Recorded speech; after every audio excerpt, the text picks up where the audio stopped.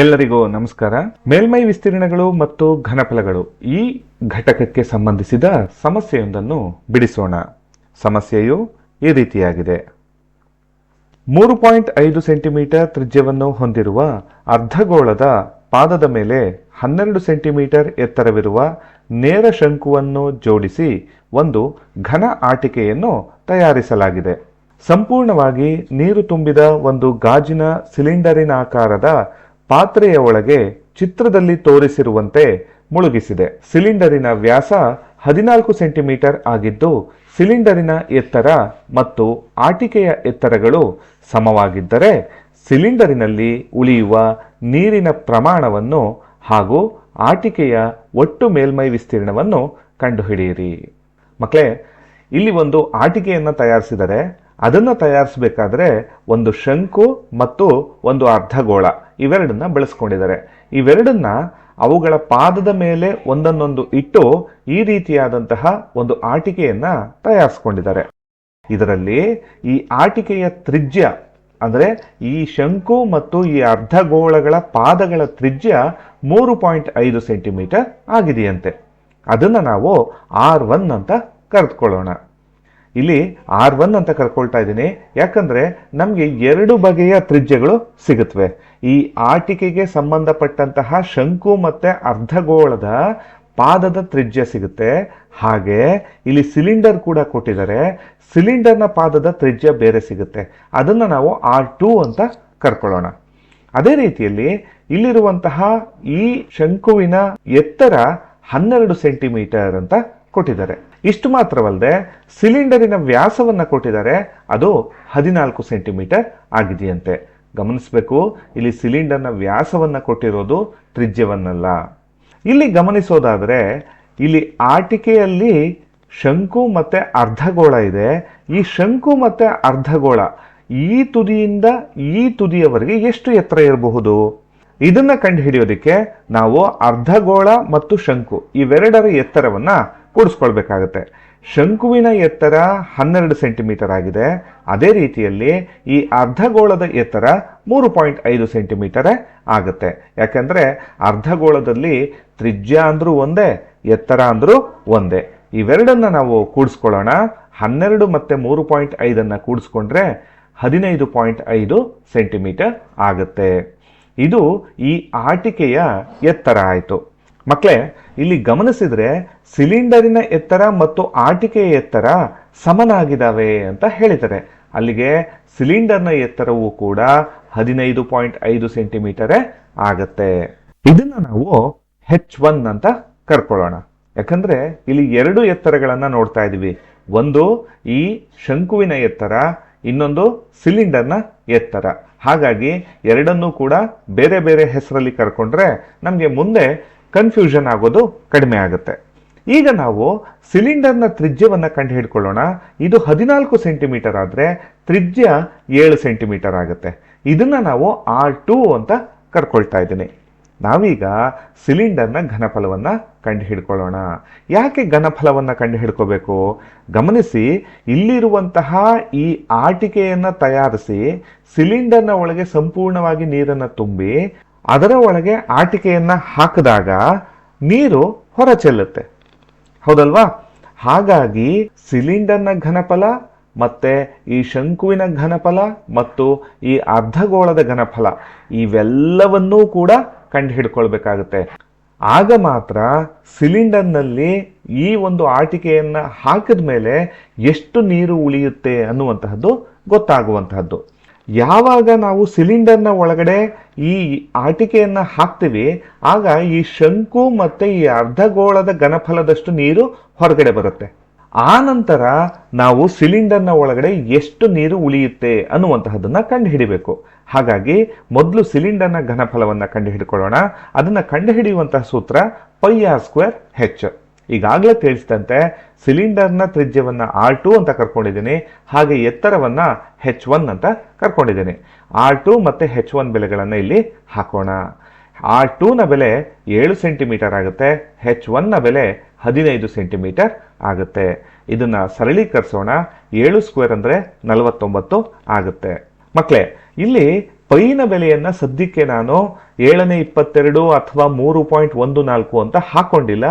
ಇದನ್ನ ಹಾಗೆ ಇಟ್ಕೋತೀನಿ. ಕೊನೆಯ ಹಂತದಲ್ಲಿ ಆ ಬೆಲೆಯನ್ನ ಹಾಕೊಳ್ತೀನಿ. ಈ ರೀತಿ ಮಾಡೋದ್ರಿಂದ ನಮ್ಗಾಗುವಂತಹ ಅನುಕೂಲ ಏನಂದ್ರೆ, ಪೈನ ಬೆಲೆಯನ್ನ ಹಾಕೊಂಡು ಪ್ರತಿ ಹಂತದಲ್ಲೂ ಅದನ್ನ ಸರಳೀಕರಿಸೋದಿಕ್ಕೆ ಆಗುವಂತಹ ಸಮಯ ಉಳಿಯುತ್ತೆ. ಹಾಗಾಗಿ 49 ಮತ್ತೆ 15.5 ಗುಣಿಸ್ಕೊಂಡ್ರೆ 759.5 ಬರುತ್ತೆ. ಈ ಪೈಯನ್ನ ಹಾಗೆ ಇಟ್ಕೋತಾ ಇದ್ದೀನಿ. ನಂತರ ನಾವೀಗ ಶಂಕುವಿನ ಘನಫಲವನ್ನ ಕಂಡುಹಿಡಿಯೋಣ. ಶಂಕುವಿನ ಘನಫಲವನ್ನ ಕಂಡುಹಿಡಿಯುವಂತಹ ಸೂತ್ರ 3/1 ಪೈ ಆರ್ ಸ್ಕ್ವೇರ್ ಹೆಚ್. ಇಲ್ಲಿ ಶಂಕುವಿಗೆ ಸಂಬಂಧಪಟ್ಟ ಹಾಗೆ ಆರ್ ನ ಬೆಲೆ 3.5 ಸೆಂಟಿಮೀಟರ್ ಆಗುತ್ತೆ. ಹಾಗೆ ಹೆಚ್ಚು 12 ಸೆಂಟಿಮೀಟರ್ ಆಗುತ್ತೆ.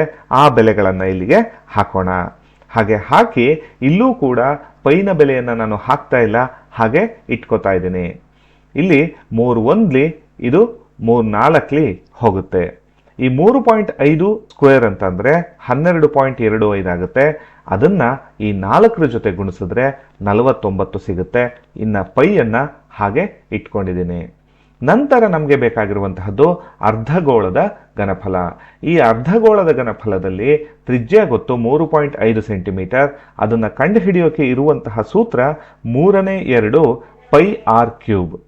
ಆರ್ ನ ಬೆಲೆಯನ್ನ ಇಲ್ಲಿ ಹಾಕೋಣ. ಆರ್ ನ ಬೆಲೆ 3.5 ಆಗಿದೆ.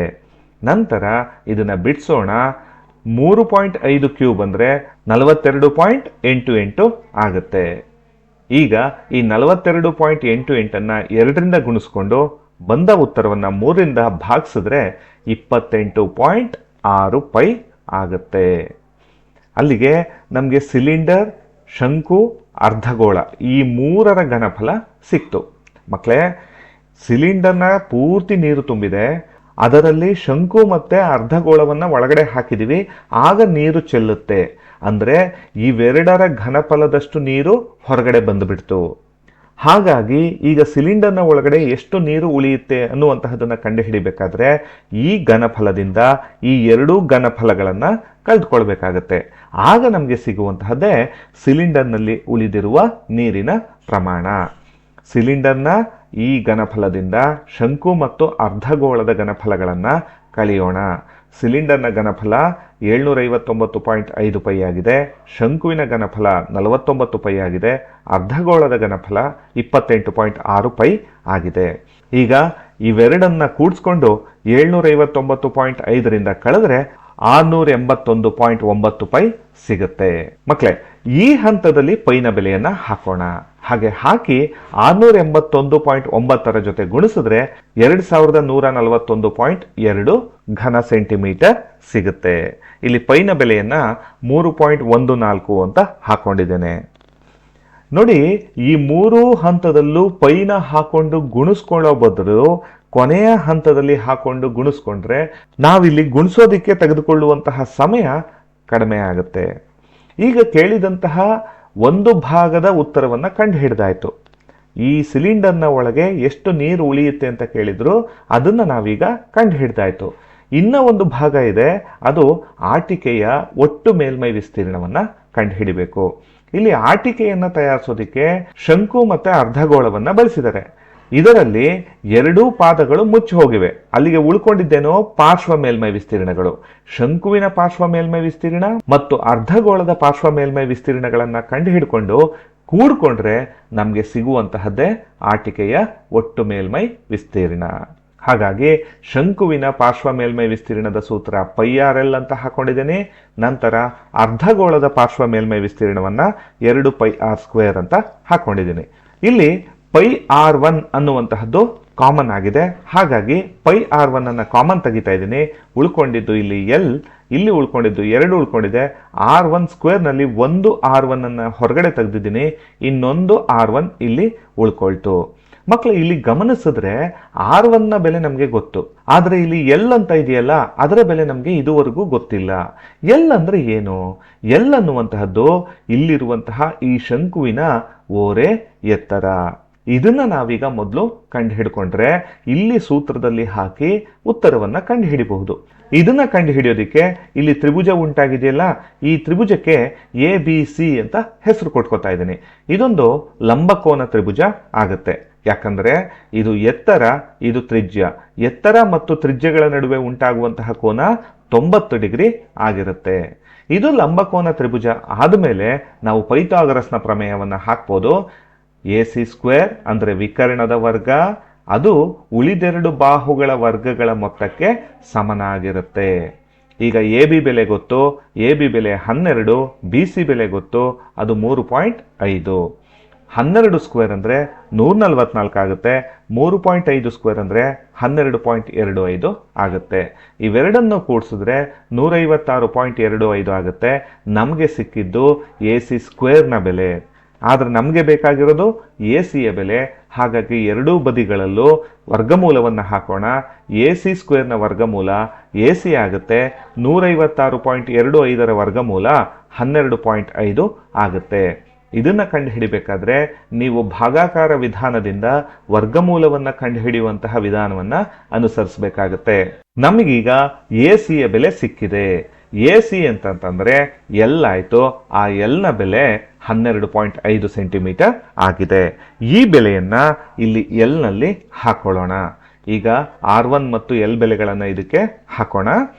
ಹಾಗೆ ಹಾಕಿದ್ರೆ ನೋಡಿ, ಪೈನ ಬೆಲೆ 22/7, ಹಾಗೆ R1 ನ ಬೆಲೆ 3.5, L ನ ಬೆಲೆ 12.5, ಮತ್ತೆ ಇಲ್ಲಿ R1 ನ ಬೆಲೆ 3.5 ಆಯ್ತು. ಈಗ 3.5ರಿಂದ 7 ಹೊಡಿತಾ ಇದ್ದೀನಿ. 3.5 ಒಂದ್ಲಿ, 3.5 ಎರಡ್ಲಿ, ಮತ್ತೆ 2ರಿಂದ 22 ಹೊಡಿಬೋದು. 2 ಒಂದ್ಲಿ, 2 11ಲಿ, ಉಳಿದಂತೆ 11 ಹಾಗೆ ಉಳ್ಕೊಳ್ಳುತ್ತೆ. ಈ 2 ಮತ್ತೆ 3.5 ಗುಣಿಸಿದ್ರೆ 7 ಆಗುತ್ತೆ. ಈ 12.5 ಮತ್ತೆ 7 ಕೂಡ್ಸೋಣ. ಕೂಡ್ಸಿದ್ರೆ 19.5 ಆಗುತ್ತೆ. 11ರಿಂದ 19.5 ಗುಣಿಸಿದ್ರೆ 214.5 ದೊರೆಯುತ್ತೆ. ಅಲ್ಲಿಗೆ ನಾವು ಕಂಡು ಹಿಡಿದಿದ್ದೇನು, ಈ ಆಟಿಕೆಯ ಒಟ್ಟು ಮೇಲ್ಮೈ ವಿಸ್ತೀರ್ಣ ಎಷ್ಟು ಅಂತ. ಅದೆಷ್ಟಾಗಿದೆ? 214.5 ಚದರ ಸೆಂಟಿಮೀಟರ್ ಆಗಿದೆ. ಮಕ್ಕಳೇ, ಈ ರೀತಿಯಾಗಿ ನಾವು ಕೊಟ್ಟಿರುವಂತಹ ಸಮಸ್ಯೆಯನ್ನ ನಿಧಾನವಾಗಿ ಅರ್ಥೈಸ್ಕೊಂಡು ಅದರಲ್ಲಿರುವ ಸೂಕ್ಷ್ಮ ಸಂಗತಿಗಳನ್ನು ಬಿಡಿಸ್ಕೊಂಡು ಪರಿಹಾರವನ್ನ ಕಂಡುಹಿಡಿಯಬಹುದಾಗಿದೆ. ಈ ಸಮಸ್ಯೆಯು ನಿಮಗೆ ಅರ್ಥವಾಗಿದೆ ಅಂತ ಭಾವಿಸ್ತೇನೆ. ಧನ್ಯವಾದಗಳು.